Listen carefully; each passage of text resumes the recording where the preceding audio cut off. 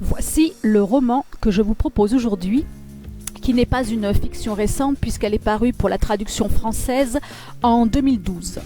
Son titre original est Orenda et le titre traduit, comme vous pouvez le lire ici, Dans le grand cercle du monde, aux éditions Albin Michel dans la collection Terre d'Amérique. Son prix grand format est de 23,90 € et en format poche, il faut compter 8,40 €. L'auteur est Joseph Boyden. Cet ouvrage a obtenu le prix Littérature Monde étranger en 2014 et c'est un beau bébé de 608 pages. Joseph Boyden est un écrivain canadien né en octobre 1966. Il est métis par ses diverses origines irlandaises, écossaises et amérindiennes. Ado, il a suivi des études chez les jésuites. Et puis ensuite, il est devenu écrivain plus que tout, puisqu'il a été également musicien, fossoyeur ou barman. Ses ouvrages sont au nombre de 4 traduits en français. Le chemin des âmes, où on suit 2 Indiens cris pendant la Première Guerre mondiale.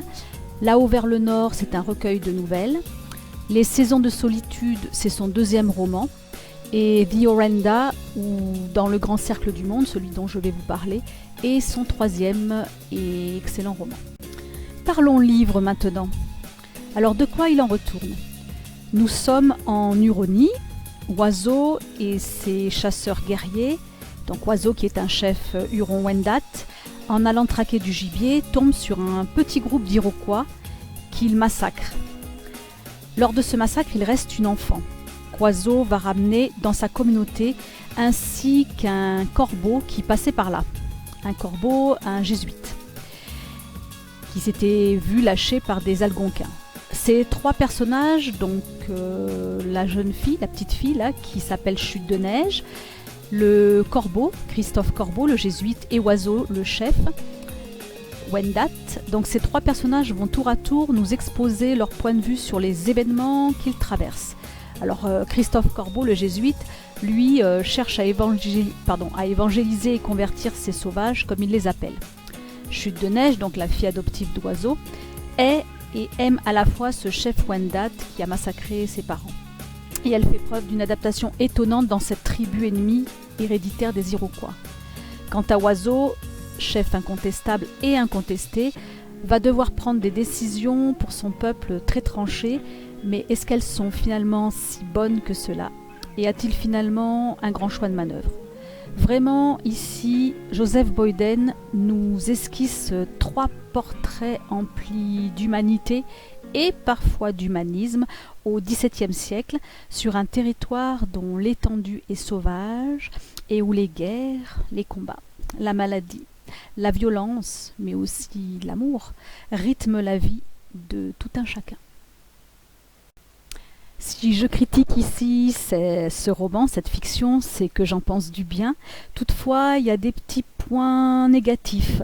Apparemment, dans ce que j'ai lu ici et là, pour me renseigner sur cet ouvrage, c'est qu'il semblerait que la véracité historique ne soit pas totalement rendue. Apparemment, ici, vous avez les Hurons-Wendat qui ont capturer des chutes de neige par exemple et qu'ils les adoptent, et ce serait plutôt le peuple iroquois qui capturait et assimilait les populations qu'il récupérait et pas les Hurons. Les scènes de torture sont parfois un peu trop longues à mon goût, des fois ça met mal à l'aise, et puis c'est pas ce qui m'a plu plus. Et puis le côté matrilinéaire n'est pas rendu dans le récit de Joseph Boyden. En revanche, le déjà si je vous le conseille ici, c'est que je l'ai adoré. Et ce livre, moi je l'ai lu comme on boit du petit lait. On est happé vraiment par l'atmosphère, par la nature, par la culture des autochtones, mais sans en oublier bien sûr que la violence elle est là par la nature, pas forcément uniquement par les hommes.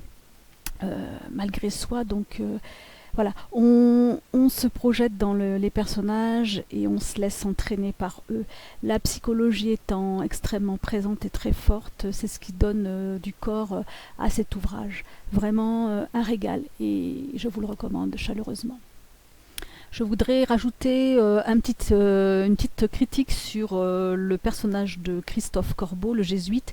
Effectivement, on a peut-être une position parfois un peu manichéenne, parce que vous avez quand même les sauvages, entre guillemets, il les traite comme ça, hein, le jésuite, il les appelle ses enfants, ils ne comprennent rien, donc il y a un aspect très condescendant, enfin un point de vue très condescendant vis-à-vis de ces sauvages.